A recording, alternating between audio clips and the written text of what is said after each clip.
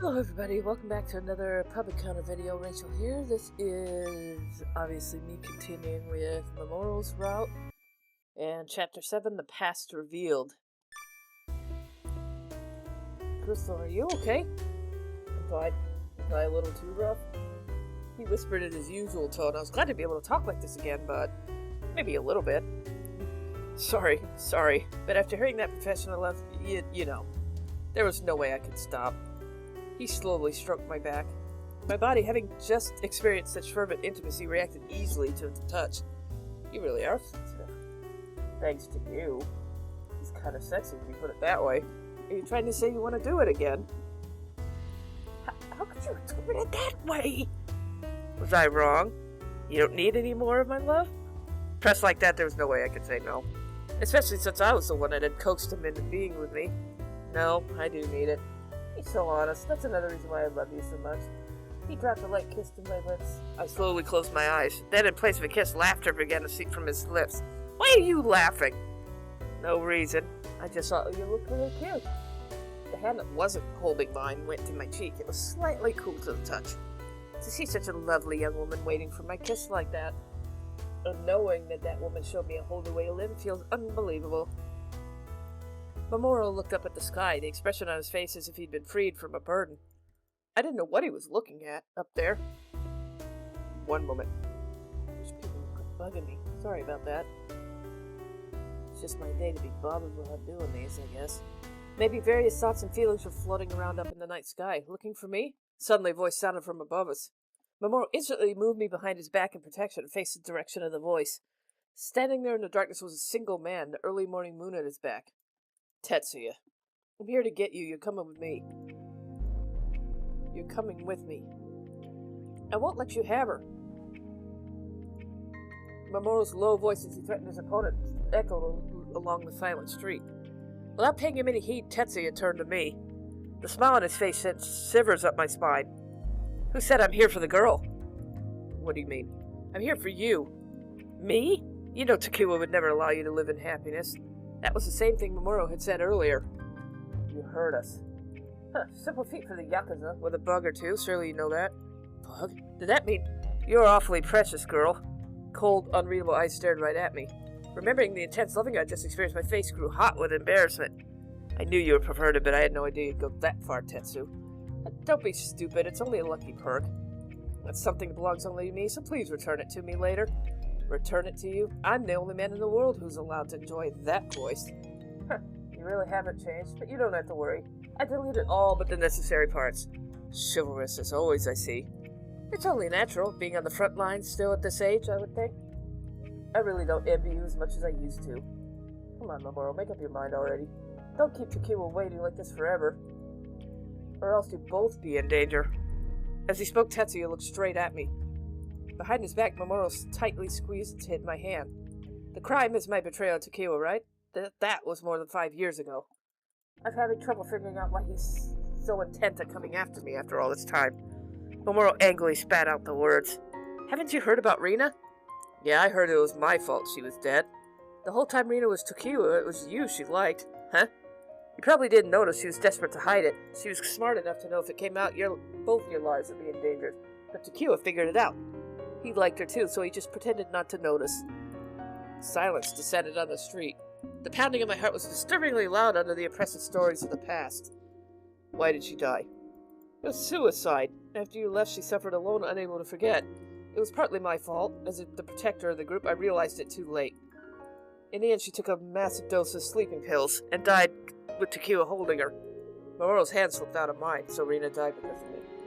It was Takiwa who wasn't able to save her. At least that's how I feel. Tetsu, but Takiwa doesn't feel the same, because Rina's final word was your name. I know I have no right to ask you this, but help him. His sadness at the death of the woman you love lives on as hate towards you. He looked away from Tetsuya and cast his eyes to the ground. The quiet street was enveloped by a heavy silence. I gently reached out and touched his back. When he looked behind, I quietly asked him, Please go. Go with him and put an end to all this. Crystal, what would you do if I didn't come back? I'll wait. Because I believe with all my heart that you will come back. That's a smart, strong woman you've got, Mamoru. Of course she is. I'm the one that picked her, after all. Mamoru's low voice gently yet quietly echoed. I never thought I'd see that look in your face. What kind of look? Ever since you came into my care, you've been a troublesome brat, aloof and evasive. To see such a sincere look goes to show anyone can change. I didn't even have the smallest intention of changing, though. Huh. Well, whatever. In order to keep this girl so changed you from getting hurt, come with me. I don't know what Tequila's gonna do next. The higher-ups are watching him with caution, too. If he does anything insane, he'll get taken in. As Mamoru hesitated, took his hand from behind. Okay. Mamoru spoke his answer with a sigh. Good, then let's go. Mamoru slowly started walking behind Tetsuya. I watched his back as he walked away, not once turning back. It was the evening of the day he'd gone to see Tequila. I remembered back to something. Crystal, how about leaving this issue to me? Let me help you, at least whatever bit I can. As a policeman, Hideaki may have known something about it. I decided to take him up on the offer to help and gave him a call. Hey, hello? Hey, Crystal. I picked up the phone, silently complaining at the bad timing. Hey, sorry for calling. You're busy? Sensing her hesitation at being a burden, I reassured her it's fine. No, not at all. I'm happy you called. Is there some kind of emergency? Yeah, it's about Mamoru. Mamoru? Did something happen to him? I'm not sure of the details, but he's gone to see someone in order to settle something that happened in the past? Something? Could it be a guy called Iganami? Iganami? No, I think it was Tequila or something. Crystal, that is Iganami. Iganami Tequila. Huh, did you know him? Do I know him? He's the one I've been chasing. Chasing? Iganami Tequila. Third generation head of the Iganami clan. That you mean? Yeah, the Yakuza clan. And the seat Mamoru once vied for. Huh? Maybe, Crystal, we should talk in person. Where are you? I'll come meet you. I'm at home. Crystal's voice was nervous. Not wanting to leave her alone, I quickly headed for her house. A worried Hideaki came to meet me at my place. He then took me to a quiet, not-so-popular cafe. You know, I was hesitant to tell you about Mamoru's past. Must have been a shock. Not really.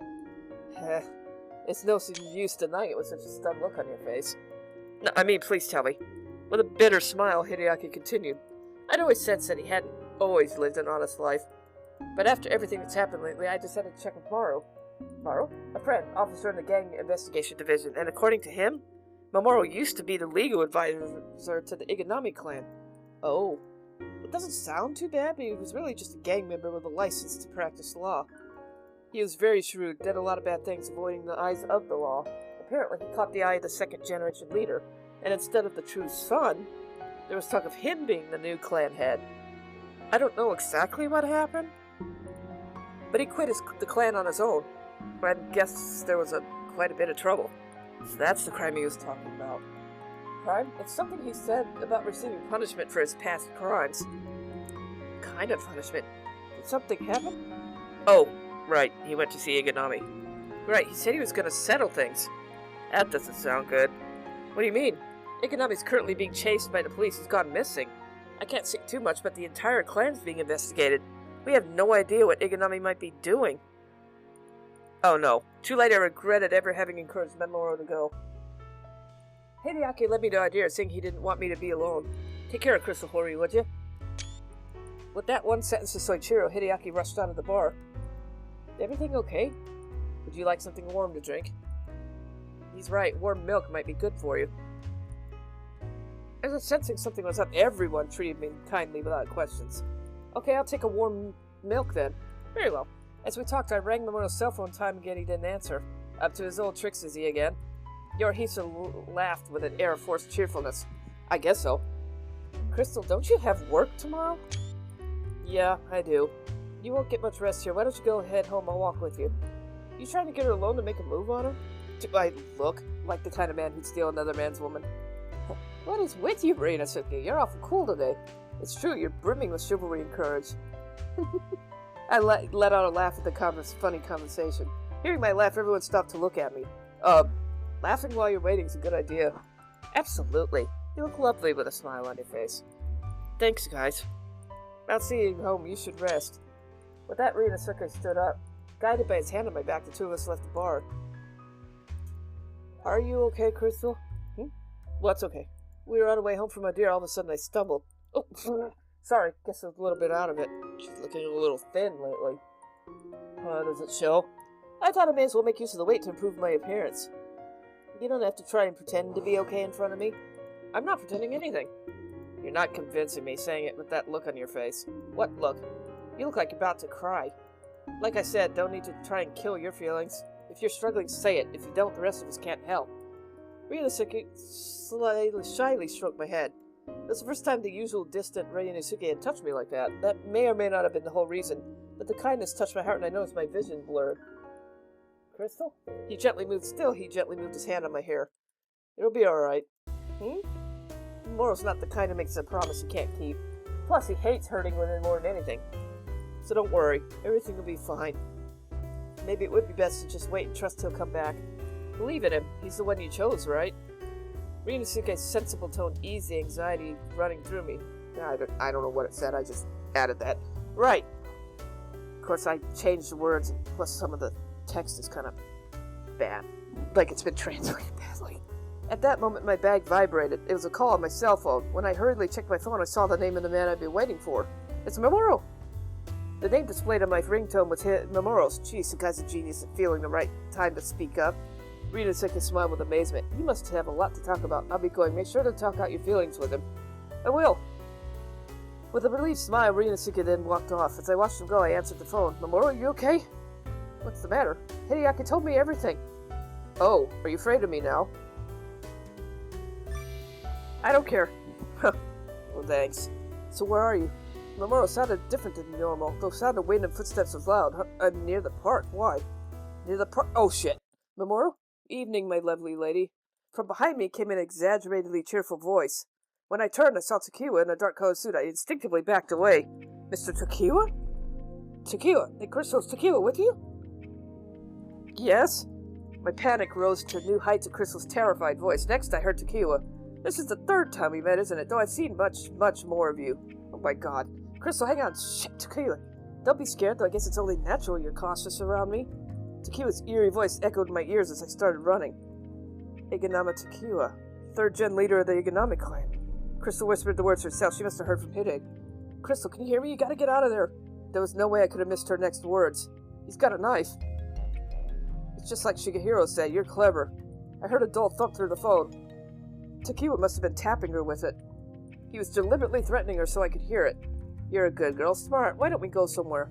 Crystal, answer it. Crystal? But the one who answered wasn't her, but... Sorry, Mamoru. It's Takiwa, smile in his voice. Takiwa. What are you doing fooling around out here? You'd never be able to protect her like that. Stop this. She means nothing to you.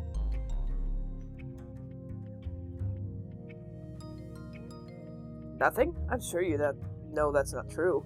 This girl's sweet talk is what made you so reluctant to accept your punishment. When she's around, you don't see the reality. It's right in front of you. You're the one who's not seeing reality. Me? Don't make me laugh. When have I ever done anything like that? I've always done nothing but see the true reality of things. Growing up a villain, to think I would ignore reality, unthinkable. Along with Takiwa's cold voice, Crystal's tiny screech came through the receiver. Ow! Oh dear, are you okay? Your neck's bleeding. What did you do to her? I haven't done anything. She's scared. I may have nicked her in my excitement. Don't worry, this is nothing a lick or two can't fix. With that last suggestive whisper, Takiwa hung up. Shit. He's turned off the power, too. He definitely said something about moving. The park was a high possibility. Hang on, I'm coming. Boy, that's an interesting one. Oh boy. Well, that was Chapter 7 of Mamoru's Route. As you can think, things are getting pretty crazy. Thanks for watching, and I will see you all next time with whatever. Bye!